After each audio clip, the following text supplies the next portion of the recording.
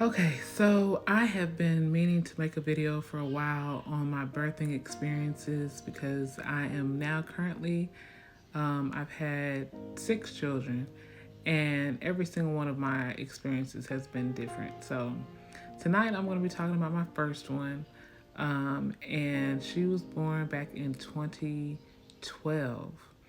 Um, I was married, I guess, 3.5 years before we had her. And my mother, to give a little background, she was a naturopathic doctor.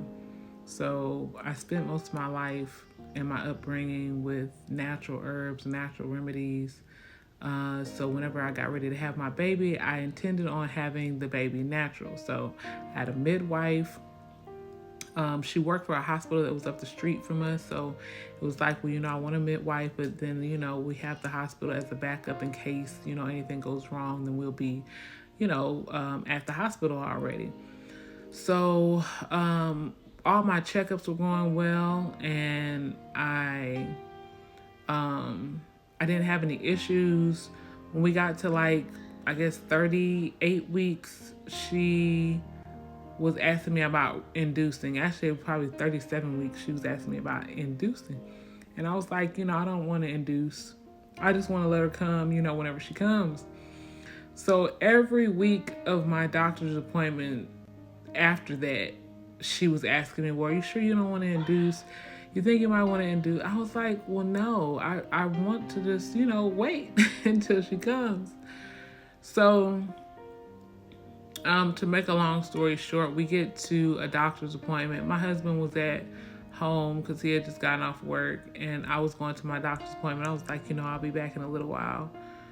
So I went to the doctor's appointment. She asked me about inducing. I was told her again, no, I'm not interested in inducing. I'm just going to wait.